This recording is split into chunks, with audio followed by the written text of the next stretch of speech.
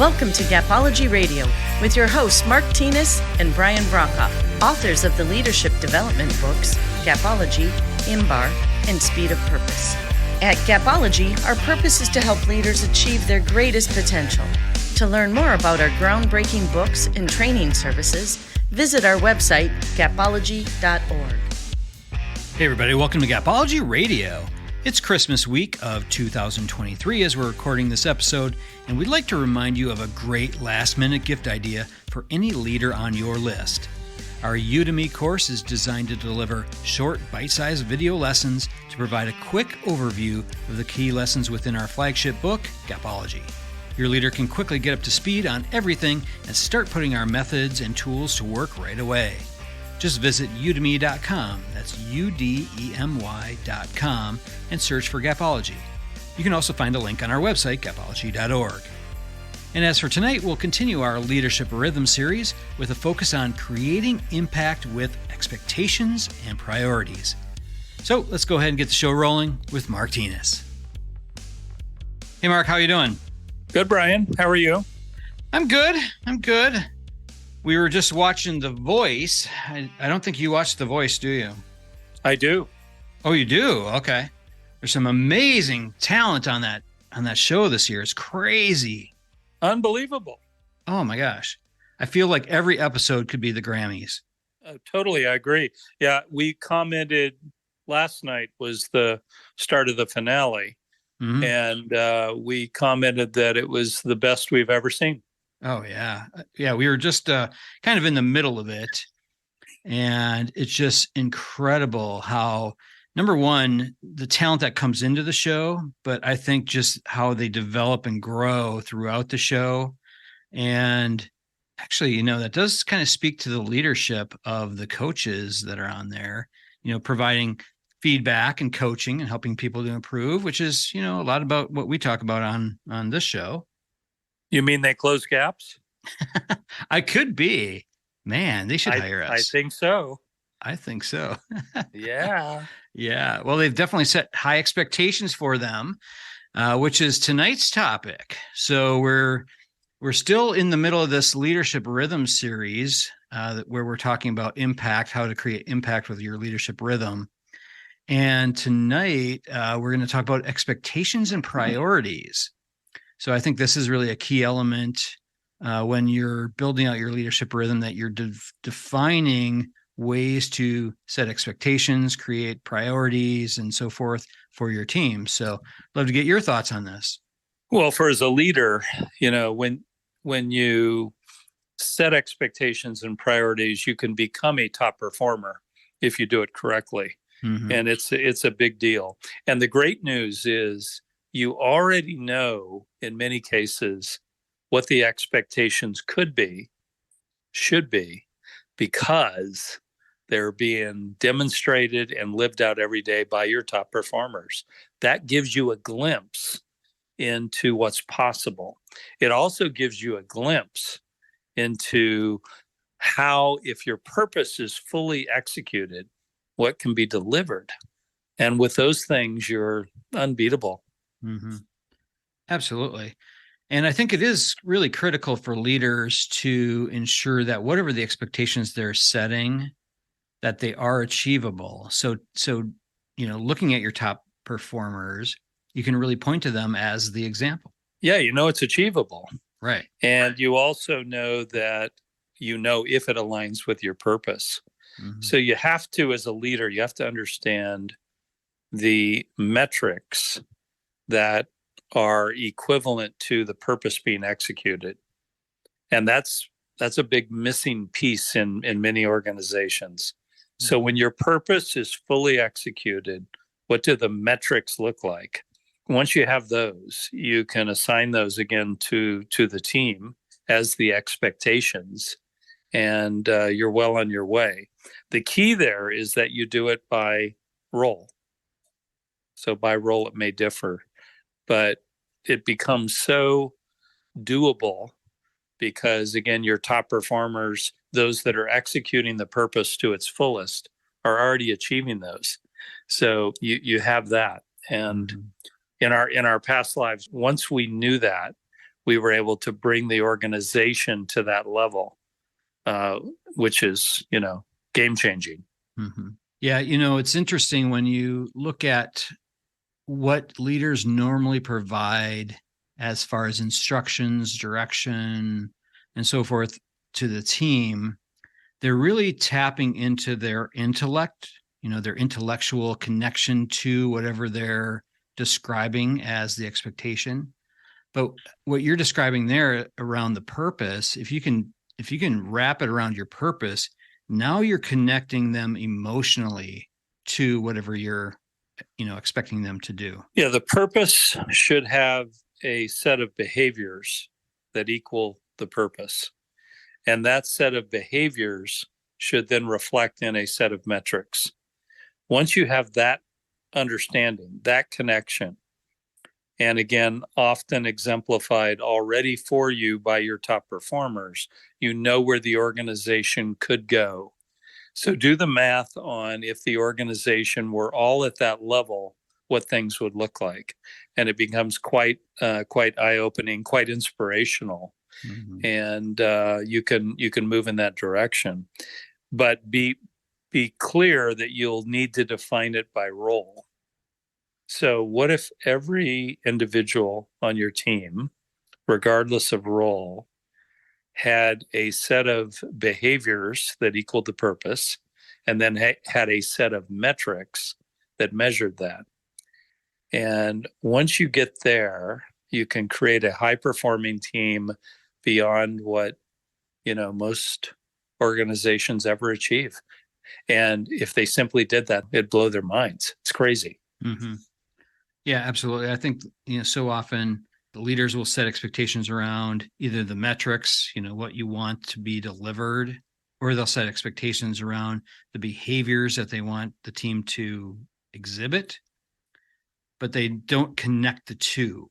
So ensuring that the metrics can be delivered by whatever the behaviors are, and really defining both of those things and delivering those both together as that, clear set of expectations. Brian and I designed in a previous life an A-team event. So we brought together the top performers and we executed for a period of time, let's say a week, the top behaviors. And once we did that, we understood what was possible in terms of metrics. And once we understood that those behaviors equaled those metrics, we were able to set expectations for the organization, and it changed everything. So if you haven't tried the A-team event, bringing the top performers together to execute your business plan, you're missing that piece in terms of what's possible. Yeah. Oh, for sure. It brings an awareness around the specific actions of the team.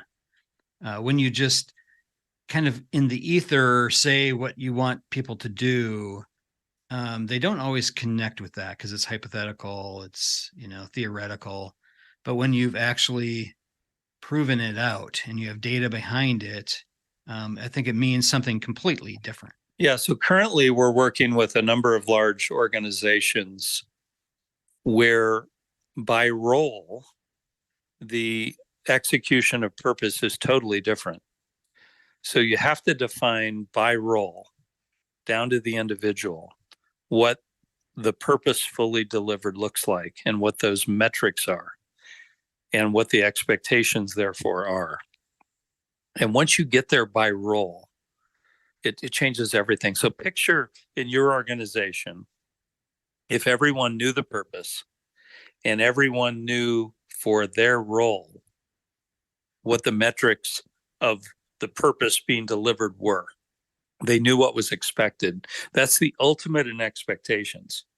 And it really creates a scenario where you can deliver your purpose at a level that others can only dream about. Mm-hmm. It works. Yeah.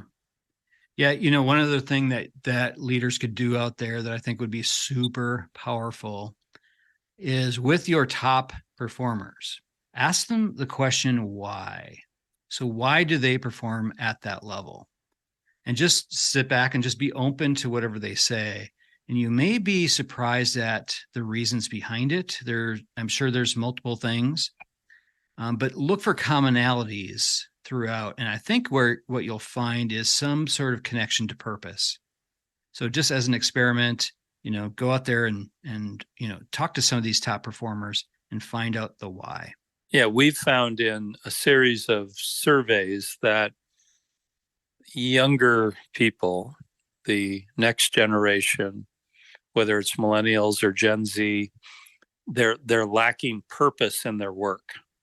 Mm-hmm. So when you give them that purpose, it changes everything, changes their work habits, their behaviors, their trajectory, etc. So purpose is a big deal, and it creates the ability to be clear on expectations.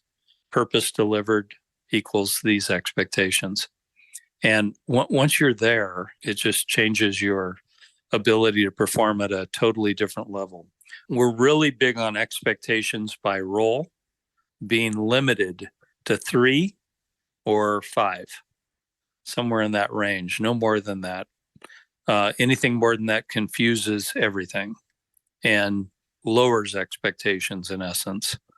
And Brian and I have done this great exercise where we hand an index card to the team member and an index card to the leader. And we have the team member write down the 3 expectations that the leader has of them, the top 3. And we have the leader write them down. And oh my God, you should see the look on their faces when this happens. Yeah, but when we then compare the 3 that the team member wrote down to the 3 that the leader wrote down, we found that in the absolute top performing group, the top 10%, there was an 87% match rate. So it was pretty clear to the team member what the expectations were. There was a slight variance. In the C group, which in Gapology was the bottom 10% of performers, the match rate was 14%. So the difference was 87 to 14. Picture that in an NFL game. Yeah, I know you're a Chiefs fan. Imagine that. Yeah. What would that look like? Yeah. Game over. It'd be terrible. First quarter, it's long gone. It's all over. So if you're able to ensure that the expectations are clear, everything changes. Everything changes. The performance changes in dramatic fashion. So do that index card. If you haven't, leaders, do that. It's amazing. Just casually hand out an index card, however you would do it. Write down the top 3 things your leader expects of you and have the leader do the same. And wow. The good news is when they're a mismatch, you can make a match that day. You can change it that day, right then. You can clarify expectations. And again, that changes results. Mm-hmm. Yeah, a couple of things on that. Remember, it's about you as a leader. It's not about the team member. If they don't know the expectations, just make sure you're not getting on them about it, I guess. Yeah, that's huge. Let's stop right there. Let's stop right there. Now you're onto something big. Most leaders immediately blame the team member for not knowing. Mm-hmm. So Brian's onto something big. Don't be that leader. You own it. You need to know that they know the expectations. You need to have verified that. It's you. It's you. If your team doesn't know the expectations, it's about you. It's not about them. Mm-hmm. So own it. So thank you, Brian. Yeah, no, absolutely. And, we've talked about the index card exercise on the show a few times, and we would love to hear anybody that's done it. If you've done it with your team, we would love to hear some of your results, some of your feedback. Use our social media as a great way to communicate that, but feel free to shoot us an email at contact@gapology.org. We would love to hear some examples of what you experienced. Yeah, 87 to 14. Was what we found. Yeah. Unbelievable difference. Obviously a difference in performance and behavior, obviously a difference therefore in results, and everything changes when you're in that group that's aligned around what the expectations are. Yeah. It's that simple. If your team knows what you expect, they tend to deliver it for you. If they don't know what you expect, they don't. How can they? Right. They don't know what the expectation is. There's 100 expectations. And by the way, again, we've said 3. If your team has 100 expectations, it won't work. They can't deliver on those. They'll choose the ones they deliver on. Well, that may not deliver the big number. So narrow the focus, understand the expectations that deliver the purpose and the behaviors that deliver the purpose. That is what works. Yep. So Mark, now that we understand that we need to connect our purpose to the expectations, we need to set those clear expectations around the metrics, the behaviors, and so forth. Now we have all these expectations. How do we know what to prioritize? So when you're looking at your leadership rhythm, say on a weekly basis, what would you recommend as far as clarifying the priorities? No, that's a great question. So we all have a series of deadlines, a series of projects that also are aligned with our purpose. So we need to make sure the team is clear on that. When does this need to be done? What are the expectations? So we also need to have an order to the objectives that we have. So the priorities are in a given order. They have dates. They have clarity that the team understands, and they're all tied to the purpose. There will be a lot of things we've got to do to deliver the purpose.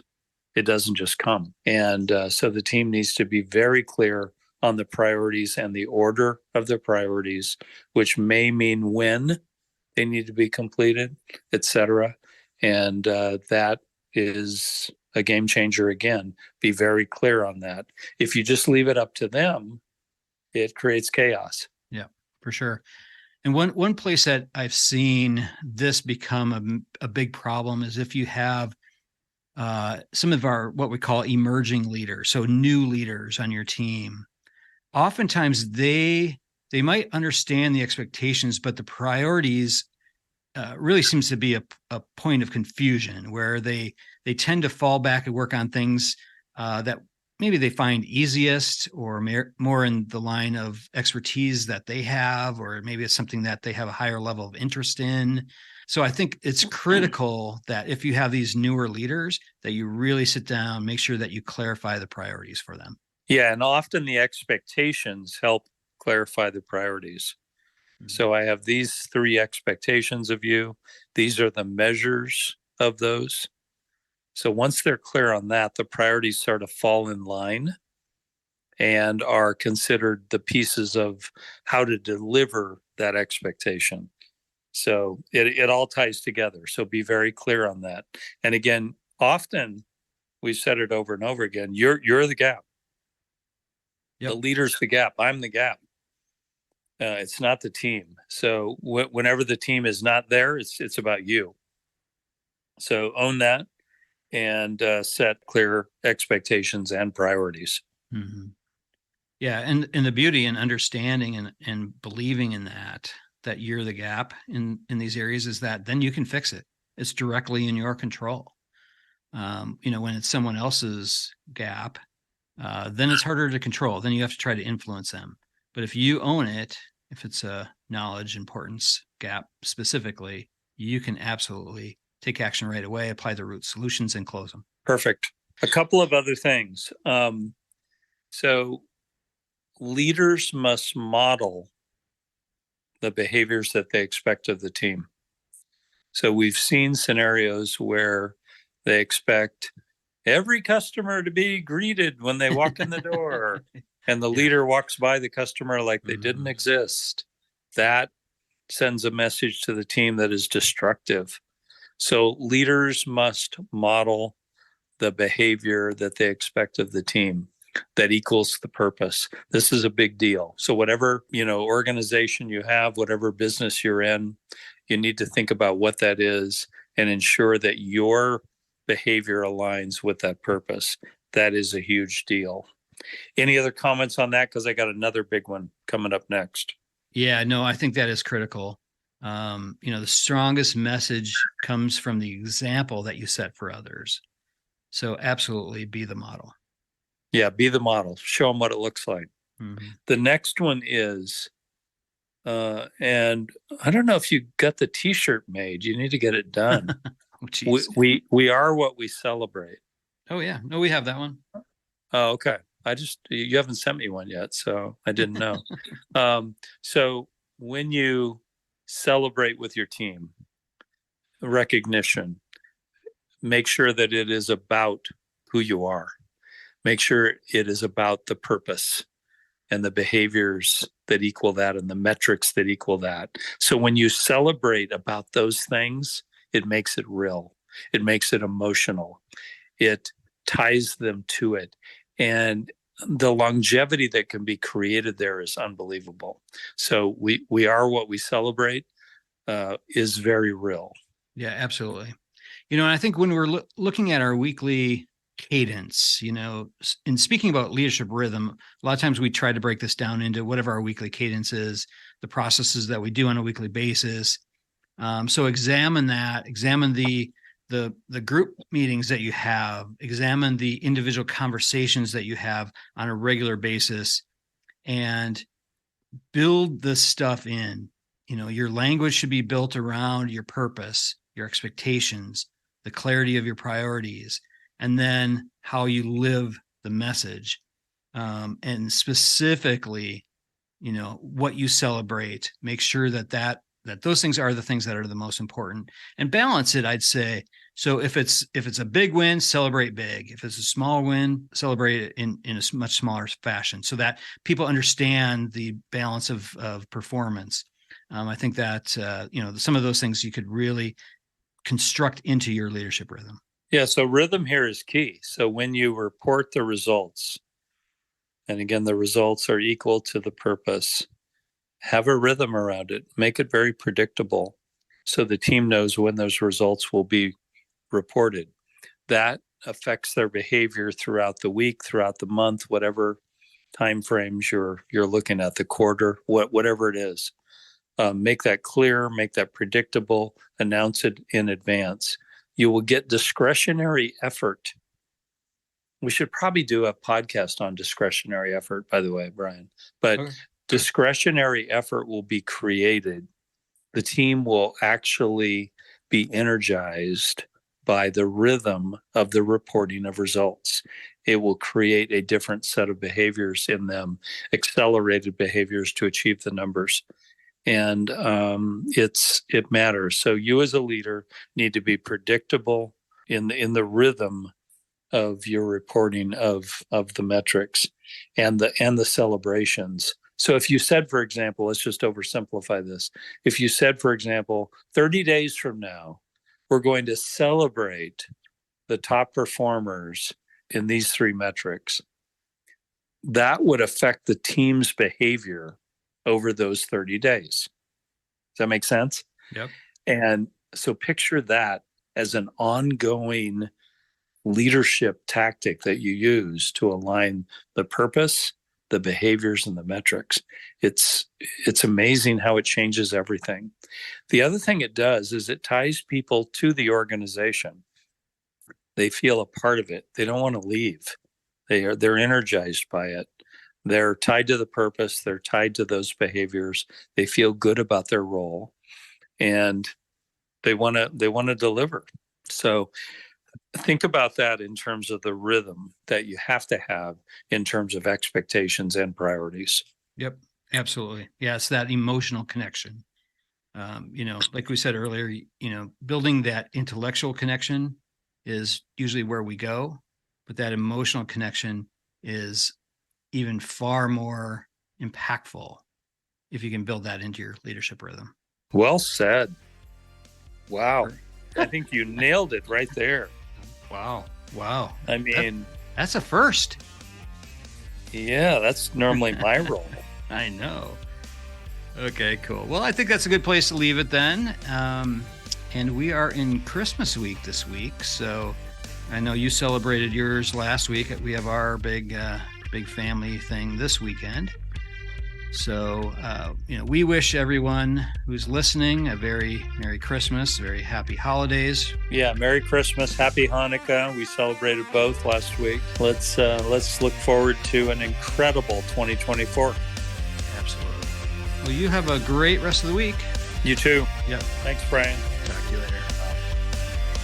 All right, that'll do it from here. For more information on Gapology, including our Udemy course, just visit our website, gapology.org. Everyone have a fantastic week. We'll talk to you soon. This has been a Gapology Institute production. Visit us at gapology.org.